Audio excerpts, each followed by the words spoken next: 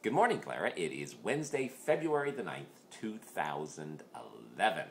I have a more important meeting today, so I actually have a long sleeve shirt on.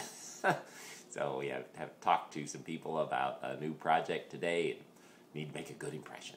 I've been telling you about growing up in the Philippines. One of the interesting things about the Philippines is that it is in the tropics. It's only about 15 degrees off the equator. And so because of that, the weather is different than it is in the United States. In the United States, you typically have spring and fall and summer and winter. And in the Philippines, we used to say that there's really only two seasons, and those seasons are wet and wetter because the Philippines is just a series of islands, and it's surrounded by water, and so it's always high humidity. The all-time low for Manila City when I was there was 67 degrees. And one of the things that kind of heat and humidity does is it thins out your blood over time.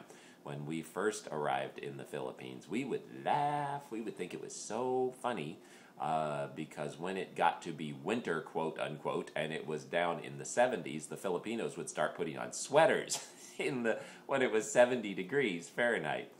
And we thought that was so funny.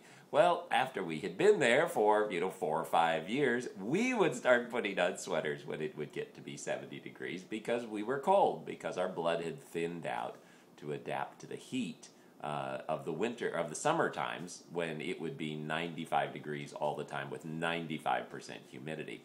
So it's interesting the way the body has the ability to adapt. Of course, then once I came back to the States and experienced real winters, it actually took me about 10 years before I got to the place where I didn't just dread winter because I was so cold all the time. Anyways, as always, remember, I love you.